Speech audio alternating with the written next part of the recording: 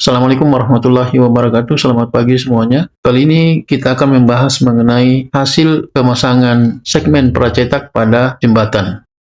Di segmen ini kita akan melihat bagaimana hasil pemasangan segmen pracetak jika dibandingkan dengan plat lantai yang dilakukan pengecoran secara setempat atau in situ. Sebagaimana Anda ketahui bahwa ini adalah segmen pracetak yang sudah dipasang. Masih ingat di video sebelumnya, di situ saya jelaskan mengenai hasil pemasangan in situ pada plat lantai jembatan. Nah, sekarang ini akan saya perlihatkan kepada teman-teman sekalian bagaimana pemasangan precast pada bagian bawah. Pada pemasangan precast tersebut, kalau Anda perhatikan, seperti yang saya pernah jelaskan bahwa kalau lantai jembatan itu bisa dibuat dengan cara dicor setempat atau in situ, dan bisa juga dibuat dengan cara lantai pracetak tersebut dibuat di pabrik, kemudian diangkut ke area di mana pracetak atau precast tersebut akan dipasang. Bedanya adalah kalau pengecoran setempat atau in situ, kita harus menyiapkan shoring dan backcasting, kemudian dicor dan hasilnya akan seragam, artinya tidak didapati celah antar beton yang sudah dicor karena tidak dalam bentuk per segmen. Lain kalau lantai jembatan dibuat pracetak atau precast. Precast harus dipasang satu persatu dengan bantuan crane, dan tentu saja para pekerja yang akan memasang precast atau pracetak tersebut.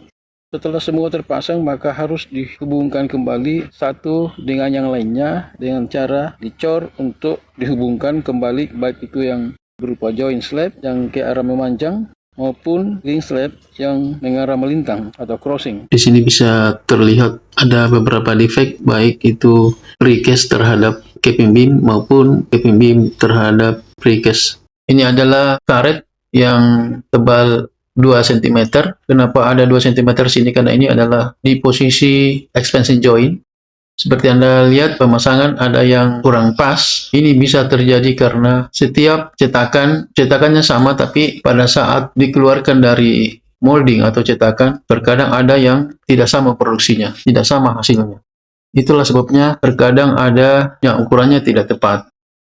Itu karena terkadang ada pecah karena ada benturan antar segmen. Jadi masih ada perbaikan-perbaikan yang harus dilakukan. Jadi terkadang setelah dilakukan pemasangan di bagian bawah segmen itu masih harus dilakukan perapian atau routing karena benturan yang terjadi pada saat dilakukan pemasangan di antara segmen. Begitu juga dengan hasil, terkadang tidak sama warnanya karena waktu pengecoran itu dilakukan tidak secara bersamaan, dan ada juga kemungkinan pada saat pemberian oli pada cetakan itu terlalu banyak sehingga kelihatan warnanya berbeda antara satu segmen dengan segmen yang lainnya. Seperti Anda lihat, ini ada beberapa perbedaan warna permukaan dari pracetak tersebut. Itu karena perbedaan waktu pada saat dilakukan pengecoran di pabrik. Nah, untuk menyamakan warna itu agak susah dilakukan. Ya, jadi perbedaan warna kalau kita perhatikan dengan lantai yang dicor setempat atau in situ itu sangat berbeda. Kalau in situ pengecorannya seragam sehingga warna kelihatan sangat seragam dan tidak ada perbedaan. Lain kalau lantai pracetak dibuat di pabrik kemudian dibawa ke lapangan. Ya, jadi itulah perbedaan-perbedaan yang sangat jelas kelihatan antara segmen pracetak yang dicor di pabrik dan yang dicor setempat atau yang dicor secara in situ, sebagaimana saya jelaskan di video beberapa waktu yang lalu. Jadi ada perbedaan yang sangat mencolok dari segi warna.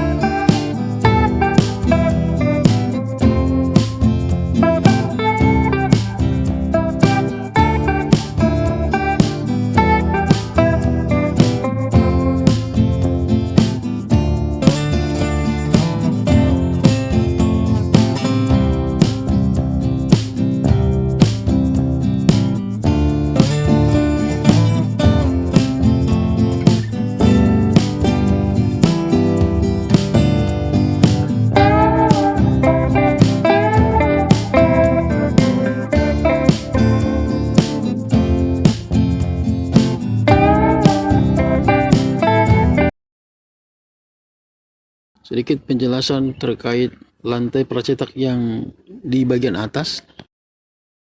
Nah, kalau di bagian atas lantai pracetak ini biasanya setelah dipasang maka akan dilakukan pengecoran untuk semua koneksi atau untuk semua celah yang ada di atas pracetak tersebut.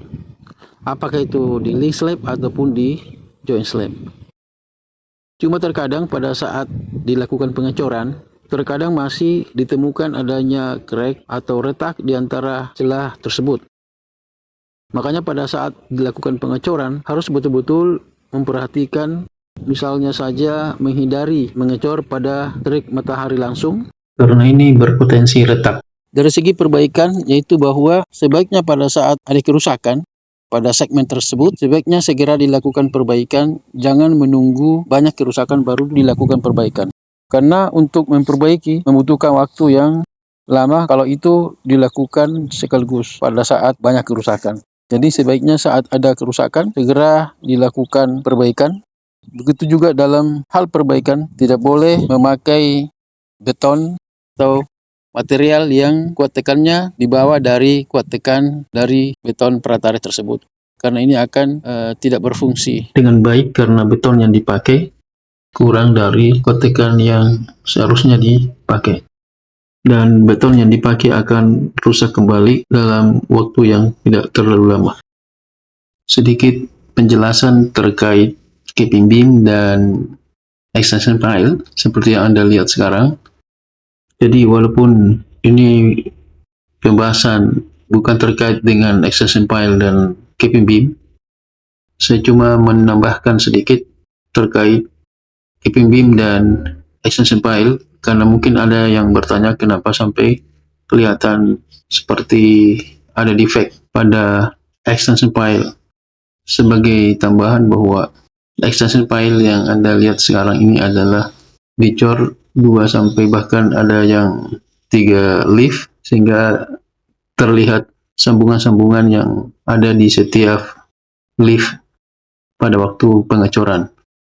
Jadi bukan defect tetapi hanya bekas dari pumuk atau backcasting yang digunakan pada waktu pengecoran, baik itu di leaf pertama, kedua, dan ketiga. Kalaupun ada defect maka akan segera dikerjakan. Seperti yang Anda lihat sekarang ini adalah belum dilakukan perbaikan, jadi masih ada terlihat defect dan ini sama sekali belum dilakukan perbaikan.